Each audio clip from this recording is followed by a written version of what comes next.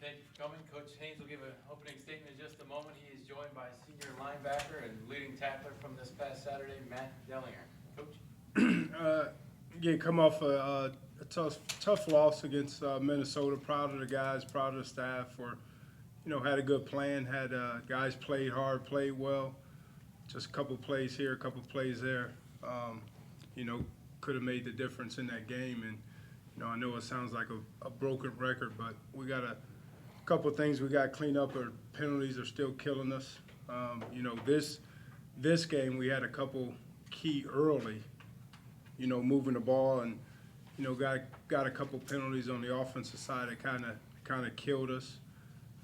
And then we had, I believe, 3 or 4 on special units, which is a no-no, has to be a no-no, for us, which for 45 yards, which, you sit there and you talk about the, and everyone's talking about the woes of the offense, but you sit there and start on a -6 and -5 and -10 against a good defense. It's hard to go 80, and 90 yards against a very good defense. So we got to help them, and that,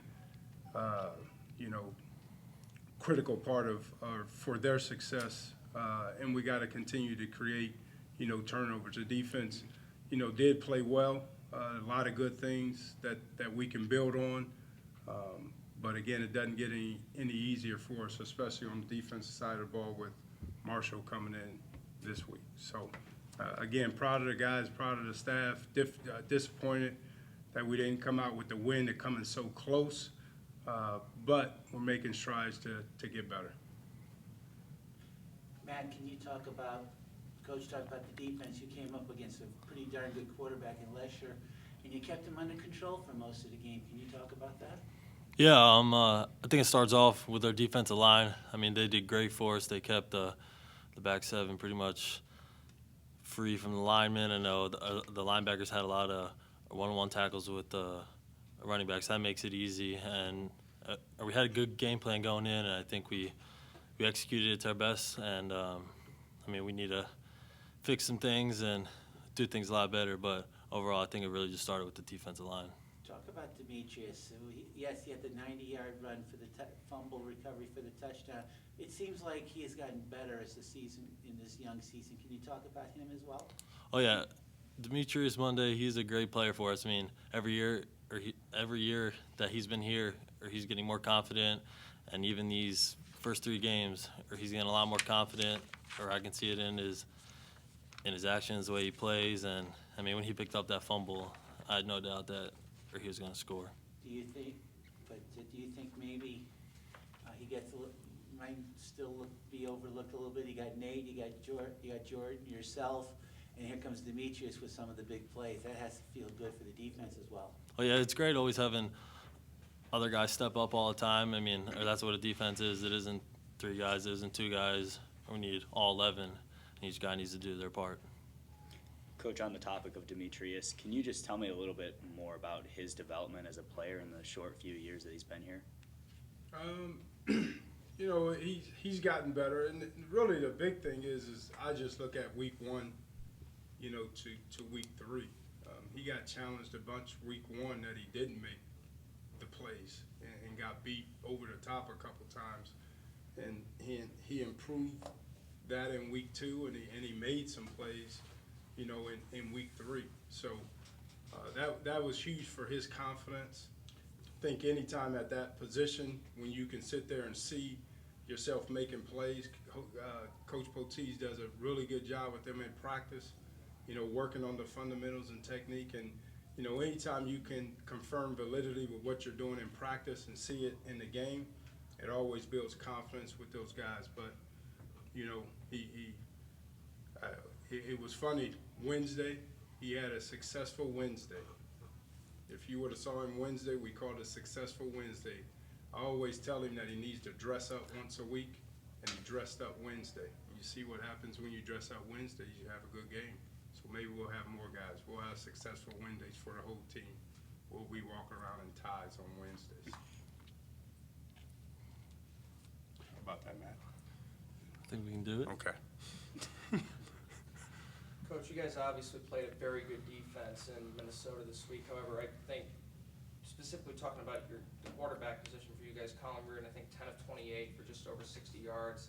Again, very good defense you guys played, but what does Colin have to do to improve those numbers? And I'm not saying this is the case. Could you ever envision a scenario where Bolus, who you've given playing time, could pass him on the depth chart? Not right now. And again, you know, any time, and there's certain positions that get, I guess, the finger pointed at them, you know, for a lot of different things, and quarterback being the one. But, you know, you got to get open. You got to protect. You got to do a lot of different things for completions to sit there, you know, and happen. So, yeah, we all have to play better, you know, on both sides of the ball. But the offense side of the ball, everybody has to play better for the quarterback to have a good game also too. You know, the week before, when he did have a good game, there wasn't a ton of throws down the field. There were a lot of shorter throws. Guys were getting open. Guys were, you know, making catches. So it's not just on, you know, Colin for production. You know, to make it, it's a group effort that we all got to continue just to get better. Matt, what was it like, you know, for the defenders after that game? I mean, obviously you guys played real well. I mean, was it like, yeah, we did our job, or was it more like, you know, we kind of missed a chance here? What was the attitude? I mean, we were all disappointed in the loss. I mean, you lose no matter what. That's always hard, and it's not like we thought we played well and the offense played bad. I mean, it's a team thing. So we all, in the locker room, we were all disappointed. We were all picking each other up. It's not any division of the teams. I mean, we were just as disappointed as them. I mean, we know we need to pick a lot of things up, and I mean, we'll get it this week. That being said, can you just kind of talk about the evolution of the unit? I mean, you know, the Illinois game didn't get a whole lot of yards with some big plays, and then in 2 weeks to come this far. Just talk about, you know. Yeah, I think after the Illinois game, line up all those points, I mean, I think as a defense we kind of put it on ourselves to not let that happen again, and make a higher standard for ourselves that we need to keep up every single game. And I think it just started with the preparation that we did. I mean, Coach says it all the time, you don't win the game on Saturday, you win it the week before. So I think as a defense, we're always in there watching film together. We're preparing better than we have, and I think that's just really what played into it. You guys, again, you mentioned played a heck of a game and you were disappointed in the loss, but I think a lot of the experts, quote unquote, were surprised that the game was as close as it was. Was there ever a moment of surprise for you or anyone else in the team that, like, just looking up like, oh my God, we might beat Minnesota? Was there ever that moment of surprise there? No, because every game you go in knowing you're going to win. So when you're in a game or you're up or you're down, it doesn't change. I mean, they might make a play, we might make a play, but you got to stay on the same path and really keep a mindset that you're going to win this game no matter what, and it doesn't really change throughout the game. Coach, it's now time to turn the page. Look at Marshall. Have you had a chance to look at their offense? Granted, Rakeem Cato has graduated, playing now in the CFL. Does Doc Holliday still run the same offense that he did for Cato for this bunch of Herd? Oh yeah, it's the same, and it's you know, fast striking, a lot of talent all over the place. So, you know, like I said, and we told our defense this morning, you guys are getting patted on the back a bunch, but the pats are over. You know, now it's time to move on. This is going to be one of the, and again, I know Illinois scored 52 points on us, but this right here is going to be the best offense we faced to date. A lot of talent all over the place. They do it fast. You know, don't do a lot. It's not a lot of complex type stuff, but they do it so fast and at a fast speed that they just try to screw you up. And one missed tackle here or one misread there, and it's a touchdown. And that's what they've been, you know, known for, and that's what they've been doing. So this is the type of game where the yardage is not that important. I mean, they're going to get yards, they're going to get plays. You can't give up big plays, and you got to be great in the red zone. Coach, one of the biggest keys to your success against Delaware State was really establishing the run. Is that something that you know that your team has to get back to against Marshall? Yeah, I think, again, in just college football in general, You got to be able to sit there and establish the run and be able to run the football effectively to open up even your pass game, or vice versa. You know, you got to be able to throw the football to open up your pass game or your run game. So, you know, like I said, you know, yes, you definitely have to be able to run the football. You know, the best defense against Marshall is the one that's sitting on the sideline. You know, and you got to be able to control the clock. And you look at the games that Marshall, you know, has somewhat struggled in is, you know, the offensive, the opponent's offense have controlled the clock a little bit, and that's the one thing that is super important in this game. Coach Jimmy mentioned the run game. What's the status of Nick Holly as of right now? He's banged up. He's banged up, but you know, every day he felt better today than what he felt yesterday. So, you know, we'll see as the week goes on, you know, how he is. You know, so, but it's you know, nothing major. It's just you know, something that's going to probably take some time to get better. But or you know, he could show up tomorrow feeling great. So we'll see. Trayon didn't get nearly as many carries. He's just kind of riding Holly in that situation, the way things were going. Yeah, I think the way things were going, you know, also too, and you know, you got down 10-0. Start throwing a little bit more at some point in time. But we didn't have the rotation that, and like I said on the conference call, that could be game by game, you know, on how it's going. Trayon had so many carries last week because we were up and we were riding it out.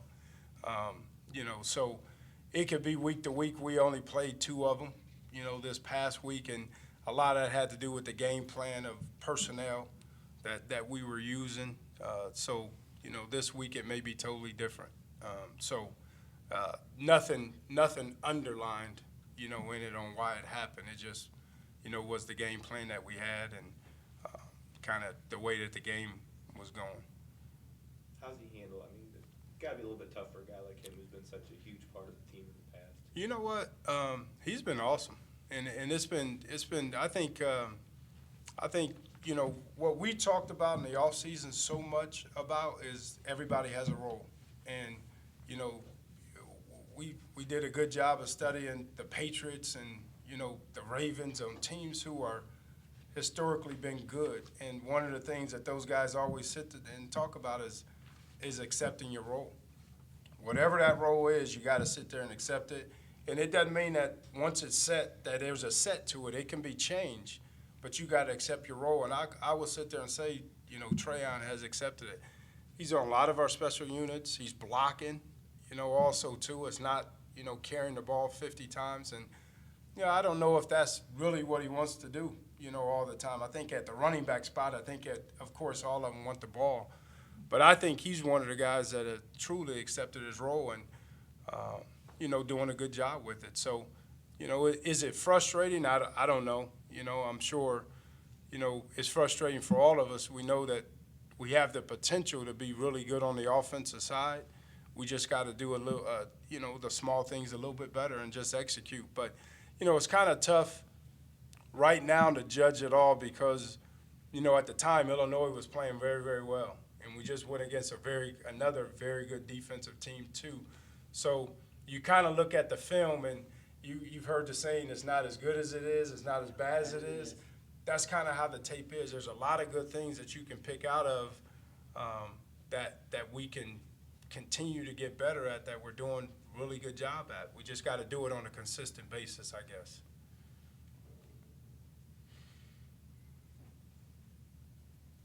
Matt, can you talk about playing, you know, Marshall had such a big year last year and getting them in your home field? Just kind of talk about, you know, the excitement level there. I mean, I'm looking forward to it. I mean, anytime you get to play at home is exciting, no matter who it is. And I've never played against Marshall, so this is a new one for me, and I'm always looking forward to new challenges. But we just got to go into the same mindset we go into every game that we're going to win. So I'm really looking forward to it. Coach, last week you talked a little bit about, you know, carrying momentum after the Delaware State win. What kind of momentum is this team carrying after, you know, losing to Minnesota, but really close game? Again, you know, we meet, you know, at 6:30, this morning, and we kind of bury the last game. You know, so we talked about the good things that we did. We talk about the bad things. We talk about the good things. And there are a lot of good things that you can sit there and look at that film and take from it. But, you know, really I don't know about momentum. It's just about, you know, just getting better. And that's it. And, you know, we have in a lot of different ways gotten better, you know, week in and week out. And we just got to continue to make sure that we, you know, go out there and practice hard and continue to get better. And that really is the focus. Defensively, is there anything that Marshall does that stands out to you so far in reviewing tape? I have not watched them defensively. That's, you know, this afternoon. I watched the offense this morning, watched defense this afternoon. So I have not watched them defensively yet. But, you know, Marshall is, you know, they're going to be a tough physical, you know, football team. They're going to be fast. They're going to be athletic. You know, that's who they are and what, you know, Coach Holliday has created, you know, there. So, you know, but I'll watch them this afternoon and have a little bit more on defensively. You've seen him offensively already? Yeah. How's his quarterback? Both of them are good. You know, they made a change in this last game with the young kid, but you know they do what they do. I mean, it's nothing different. They're not changing what they do offensively. They're simple. They're simple in their scheme. They're complex with the athletes that they have. And at any given play, you know, you watch them and they can go the distance. And that's the thing that makes it, you know, they spread you out like crazy. They spread the ball around like crazy. They only have one personnel group and they just go fast, you know. So those are all the issues, you know, that calls for you on defense on, you know, they have a great running back. You know, what do you do to stop the run? And once you sit there and overload and stop the run, they kill you on the edge. You know, so you have to be simple, too, because they go so fast. And, you know, when you sub, it's a little bit easier defensively because especially now we got that eighth official, they stand over the football. But when it's the same personnel and they're changing and they don't sub that much, man, your guys just got to roll. So your plan has to be simple, it has to be sound, and guys just got to make plays. How do you think Ohio was able to only hold them to 10 points? You know, I look at that game like Kenton Akron. I mean, it's a rivalry game. They always play them tough. They always play them well. And it's you know, not to say anything, but it's probably more for Ohio than it is for Marshall, you know, and those guys play them tough, you know, every year that they sit there and play because it's like a crosstown rivalry for them. So turnovers, and the offense did a good job controlling the ball. You know, their defense was on the bench a bunch. So, you know, that's the formula again with all these offenses that go fast and high-powered and can score at the drop of a dime. The best defense is the one on the sideline. You know, you talked about before the year started how the non-conference setup and how much you like playing all four games and you know, how you wanted to improve. Obviously, we've done that so far. But how much does that make this game so huge? Because it's the last one before the conference. You know, just to play well and improve. That's kind of what it is. Just to make sure that you continue to make strides and you don't take steps back. You know, on all phases of the game, offense, defense, and special teams. Just, you know, that you come out of it. And of course, we're going in every game to win. I mean, that's the first and foremost. That's why you play. You know, they're keeping score for a reason, and that's to win the game. But you also want to continue to just improve. And then you know, why we felt so bad after the Illinois loss, because we know we didn't play to our full potential. As long as we play to our full potential, and if that's good enough to win, then it's good enough to win. But if it's not, you know you play to your full potential. So we just got to continue to get better, and that's the main focus. And again, that's kind of, you know, what we like about the schedule is that you sit there and you can really find out now after this game, you know, who are we and what can we do and what do we need to cut out, you know, and what do we need to continue to get better at, and that's what you can find out, you know, and this is the last week that we can do that before it really starts. And I was not saying that these games didn't matter, of course, but your goal is to win the MAC, and that's what we want to make sure that we're on all cylinders going into the MAC. Anything else? Good. Appreciate it. Thank you, guys. Gentlemen. Thank you.